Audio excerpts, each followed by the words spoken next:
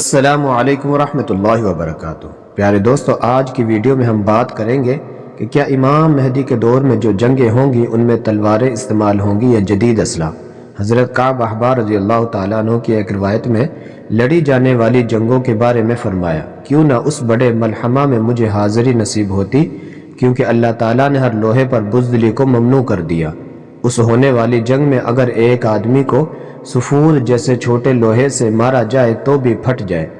اس روایت میں حضرت کعب رضی اللہ تعالیٰ عنہ نے قرب قیامت میں امام مہدی کی قیادت میں لڑی جانے والی لڑائی کا تذکرہ کرتے ہوئے فرمایا، اس جنگ میں لوہا بزدلی کے بغیر انتہائی دلیرانہ طور پر اپنا کام کرے گا، جبکہ اس دوران اگر ایک آدمی کو سفور چھوٹے لوہے سے مار دیا جائے تو وہ ٹکڑے ہو جائے گا۔ یعنی اس دور میں لوہے کا بے دریغ استعمال ہوگا، جس میں عام طور پر ایک دوسرے کے خلاف لوہے کو استعمال کیا جائے گا، کیونکہ حضرت کعب احبار رضی اللہ تعالیٰ عنہ کے بقول اللہ تعالیٰ نے لوہے کے لیے ڈر کو ممنوع کر دیا۔ کیا آج کے دور میں میزائل اور بمبوں کے علاوہ گولیوں کا استعمال اس کی واضح نشاندہی نہیں کرتا؟ اس روایت کے دوسرے حصے میں سفود کا تذکرہ آیا۔ اس بارے میں علامہ جوہری لکھتے ہیں، السفود بالتشدید الحدیدۃ التی یشوی بها اللحم۔ سفود سے مراد وہ لوہا ہے جس سے گوشت کو بھونا جاتا ہے۔ اس روایت میں بظاہر موجودہ دور میں استعمال ہونے والی گولیوں کی باقاعدہ تصریح معلوم ہوتی ہے۔ ملحمہ عظمیٰ میں استعمال ہونے والے جنگی آلات میں ایک چھوٹا لوہا استعمال ہوگا جس سے پرانے دور میں گوشت کو بھونا جاتا تھا۔ جب اس چھوٹے لوہے کو مد مقابل پر پھینکا جائے گا تو وہ آدمی اس سے ٹکڑے ہو جائے گا۔ یہ ساری باتیں آج کل کلاشنکوف اور بڑی رائفل کی گولیوں میں نہیں دیکھی گئی۔ وہ آدمی کو لگ کر اس کے بدن کو ٹکڑے کر دیتا ہے۔ اس سے بھی معلوم ہوتا ہے کہ آخری زمانے میں مہدی کے پاس اس اسلحے کا ہونا ممکن ہے، جیسا کہ اس روایت میں اس کی طرف واضح اشارہ ملتا ہے۔ حضرت کعب احبار رضی اللہ تعالیٰ عنہ کی ایک دوسری روایت میں آج کل کے اسلحوں اور ان کی گولیوں کے بارے میں واضح تصریح موجود ہے۔ فرمایا، اور موحدین کا اسلحہ ان رومی کفار پر مسلط ہوگا۔ اگر ایک مومن اس دور میں کوئی ایک کیل بھی کافر کی طرف پھینکے گا تو اس کے لگنے سے وہ کافر ٹکڑے ہو جائے گا۔ اس روایت میں لوہے کی کیل یعنی وتد اور بلٹ کیا موجودہ اسلحوں میں استعمال کی جانے والی گولی کے بارے میں نہیں۔ اس روایت سے بھی یہی معلوم ہوا کہ امام مہدی کے دور میں اسی لوہے سے بنی گولیوں کا استعمال عام جنگوں میں ہوگا۔ جنگ میں امام مہدی کے پاس جدید اسلحہ ہوگا یا پرانی تلواریں؟ حضرت کعب کی ایک روایت میں تلوار کے بارے میں فرمایا، مسلمان اور کفار آپس میں ایک دوسرے پر جنگ میں لوہا مسلط کریں گے۔ اگر کسی کے پاس جنگ میں ناک کاٹنے والی تلوار بھی نہ ہو تو کوئی نقصان کی بات نہیں ہوگی، اور جنگ میں کامیابی کے لیے اس کو تیز کاٹنے والی تلوار کی ضرورت نہیں ہوگی۔ کسی چیز پر وہ لوہا نہ رکھا جائے مگر تیز کاٹ نہ ہونے کے باوجود بھی اسے اپنی جگہ سے جدا کر دے گا۔ میدان جنگ میں تیز کاٹنے والی تلوار کی ضرورت نہ ہونا اور آپس میں دوران جنگ لوہا مسلط کرنے سے سوا اس کے اور کیا مراد ہو سکتی ہے؟ موجودہ دور کی رائفل، کلاشنکوف اور دیگر جدید اسلحہ آلات سے ہی جنگ ہوگی، اس لیے تو تلوار کی ضرورت نہ ہوگی۔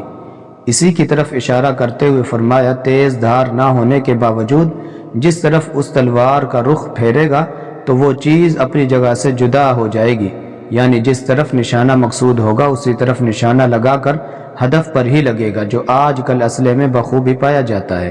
امام مہدی کی خبر دنیا بھر کی ہر زبان میں آسمان سے ملنا۔ ظہور مہدی سے پہلے نفس زکیہ کو جب قتل کیا جائے گا تو روئے زمین پر رہنے والے تمام لوگوں کو اپنی اپنی زبانوں میں سنائی دے گا۔ اس روایت میں امام مہدی کے ظہور کے اعلان کی پوری زمین کے لوگ اس طور پر سنیں گے کہ یہ اعلان ہر علاقے کے لوگوں کی ان کی زبان میں سنائی دے گا، اور اس طرح تمام دنیا کے مسلمانوں کو اطلاع مل جائے گی۔ اس روایت میں کیا انٹرنیٹ کے استعمال اور ہر علاقے کے لیے اپنی اپنی زبانوں میں نیوز چینل اور انٹرنیٹ پر شائع ہونے والی خبروں کی طرف اشارہ تو نہیں؟ ظاہر یہی صورت معلوم ہوتی ہے۔ عیسیٰ علیہ السلام کا دور اور گھوڑوں کا استعمال۔ حدیث مبارک میں حضرت ابو امامہ باہلی کی ایک طویل حدیث میں فرمایا، حضرت عیسیٰ علیہ السلام کے دور میں گھوڑے سستے ہوں گے۔ تکون الفرس بالدریہمات، قالوا یا رسول اللہ وما یرخص الفرس، قال ترکب لحرب ابدا۔ گھوڑے کی قیمت چند دراہم ہوں گے۔ تو صحابہ نے پوچھا کیا اس دور میں گھوڑے سستے ہوں گے؟ تو آپ صلی اللہ علیہ وسلم نے فرمایا نہیں، لیکن اس زمانے میں جنگ کے لیے گھوڑے کی سواری ہمیشہ کے لیے نہیں رہے گی۔ اس روایت میں اگر غور کیا جائے تو یہ بات بخوبی معلوم ہوتی ہے آج کل جنگ کے دوران گھوڑوں کا استعمال تقریباً مفقود ہو چکا ہے۔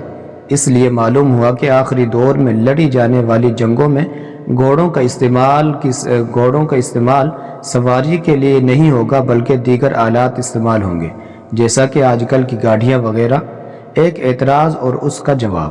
مذکورہ بالا روایات سے معلوم ہوا کہ امام مہدی کے دور میں جدید اسلحہ ہوگا، لیکن مذکورہ احادیث میں کوئی ایک بھی صحیح حدیث نہیں، جبکہ صحیح احادیث سے یہ معلوم ہوتا ہے کہ امام مہدی اور سیدنا عیسیٰ علیہ السلام کے دور میں تلواریں اور گھوڑے ہوں گے اور جدید ٹیکنالوجی نہیں ہوگی۔ لہٰذا ظہور مہدی ان احادیث روایات کی روشنی میں اس وقت ہوگا جب یہ جدید اسلحہ وغیرہ ختم ہو جائے اور تلوار کا زمانہ واپس لوٹ آئے۔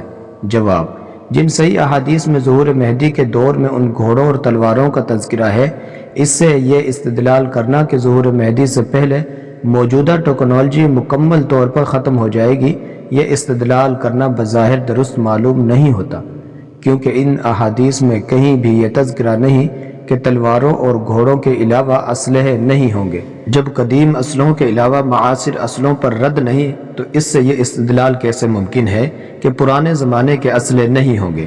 جبکہ اصول فقہ کا یہ مشہور قاعدہ ہے کہ مفہوم مخالف نصوص میں معتبر نہیں۔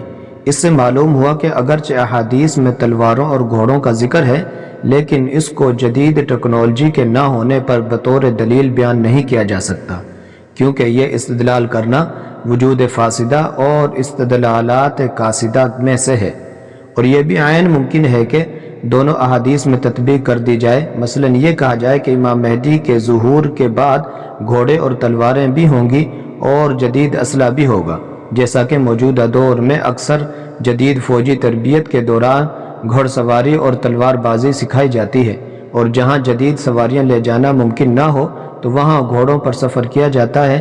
تو ایسے ہی گھوڑے، تلواریں اور دیگر پرانا اسلحہ امام مہدی کے دور میں بھی استعمال ہوگا۔